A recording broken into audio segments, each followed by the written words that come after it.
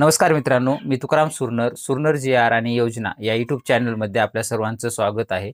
आजच्या व्हिडिओमध्ये आपण माहिती पाहण्याचा प्रयत्न करणार आहोत, तो म्हणजे तुमचं जे काही आधार कार्ड असेल तर तुमच्या आधारला कोणती बँक सीडिंग आहे।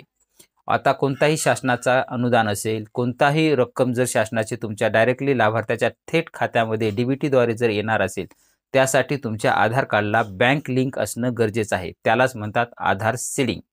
आधार सीडिंग जर तुमची तिथं दाखवत असताना स्टेटस जर तुम्ही इथं दाखवत असेल नॉट अनेबल्ड फॉर डीबीटी असं जर दाखवत असेल तर तुमच्या आधारला कुठलीही बँक सीडिंग नाही आहे। तर ते तुम्हाला कशा पद्धतीनं करायचं, तर तुमची बँक जी आहे ती बँक तुम्ही घर बसल्या तुमच्या आधार कार्डला सीडिंग करू शकता। त्यासाठी आवश्यक काय असणार आहे, तुमचं आधार कार्डला लिंक असलेला मोबाईल नंबर तुमच्याकडे असणं गरजेचं आहे। तरच तुम्ही तुमच्या बँकेला जे काही तुमचं आधार कार्ड असेल त्या आधार कार्डला बँक तुमची लिंक करू शकता। ते कसं करायचं ते सविस्तर आजच्या व्हिडिओमध्ये आपण पाहणार आहोत। तर चला आजच्या व्हिडिओला आपण सुरुवात करूया।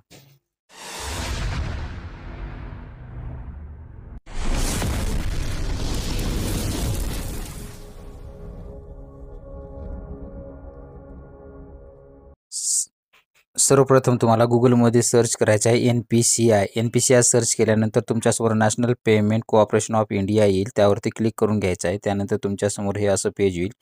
कंझ्युमरवर क्लिक केल्यानंतर भारत आधार सीडिंग एनेबल इथं तुम्हाला क्लिक करायचं आहे। त्यावरती केल्यावर तुम्हाला इथं पाहू शकता आधार सीडिंग डिसीडिंग आहे, म्हणजे तुमची आधार सीडिंग करायचं अकाउंट स्टेटस आहे। आधार मॅपड स्टेटस तुमचं आहे का नाही ते चेक करायचं सुद्धा आहे, आणि आधार मॅपिंग हिस्ट्री तुमच्या अगोदर कोणत्या बँकेला होती ते सुद्धा तुम्ही चेक करू शकता। आता आपण इथं आधार सीडिंग करून पाहणार आहोत। त्यासाठी इथं तुमची संपूर्ण माहिती आधार नंबर असेल तिथं भरून घ्यायचा आहे। आधार नंबर भरून घेतल्यानंतर सीडिंग डिसीडिंग करणे, तुम्हाला काय सीडिंग करायचं असेल तर सीडिंगवर क्लिक करून घ्या, आणि तुमची जी बँक असेल, जी बँक तुमची बँक लिंक करायची आहे त्याच्यावरती क्लिक करायचं आहे। फ्रेश आहे का, फ्रेश तुमची बँक आतापर्यंत कुठंच केलेलं नसेल तर फ्रेशवर करून घ्या, किंवा सम बँक विथ अनादर अकाउंट, त्याच बँकेतलं जे काही दुसरं अकाउंट करायचं असेल तेच तसं करून तुम्ही संपूर्ण माहिती भरून इथं खाली कॅप्चा आहे तो कॅप्चा भरून टिक बॉक्सवरती करून तुम्ही इथं सबमिट करून घ्यायचं आहे। सबमिट केल्यावर इथं टर्म अँड कंडिशन काय दाखवले जातील ते तुम्हाला इथं खाली घेऊन इथं चेक्स बॉक्सवरती क्लिक करून ॲग्री अँड कंटिन्यूवर क्लिक करून घ्यायचं आहे। त्यानंतर तुमच्या आधारला जो काही मोबाईल नंबर लिंक असेल त्या मोबाईलवर तुमच्या एक OTP पाठवला जाईल, तो OTP तुम्हाला इथं टाकून घ्यायचा आहे। आधारला मोबाईल लिंक असणं गरजेचंच आहे। त्यानंतर कंटिन्यूवर क्लिक करून घ्यायचं आहे।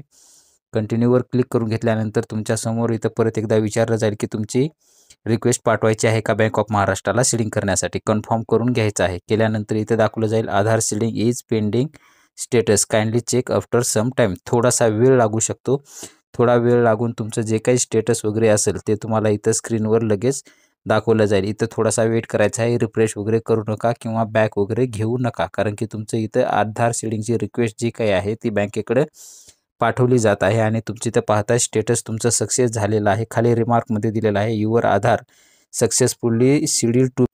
जे काही आपण आता जो व्हिडिओ सविस्तर असं माहिती पाहिलेली आहे, या पद्धतीनं तुम्ही घर बसल्या तुमच्या आधार कार्डला बँक तुमची सीडिंग करू शकता, आणि शासनाचं येणारं जे काही अनुदान आहे ते डायरेक्टली तुमचं या बँकेमध्ये तुम्ही घेऊ शकता। अशा पद्धतीचे एक छोटं अपडेट आपण पाहण्याचा प्रयत्न केलेला आहे। असेच नवीन व्हिडिओ आपल्या चॅनलवरती येत असतात। तुम्ही जे या चॅनलवरती नवीन असाल तर आपल्या चॅनलला सबस्क्राईब करून बाजूचे बेल आयकॉन दाबायला मात्र विसरू नका, जेणेकरून व्हिडिओ अपलोड करताच माहिती तुमच्यापर्यंत पोहोचवली जाईल। भेटूया नवीन माहितीसह नवीन व्हिडिओमध्ये। धन्यवाद।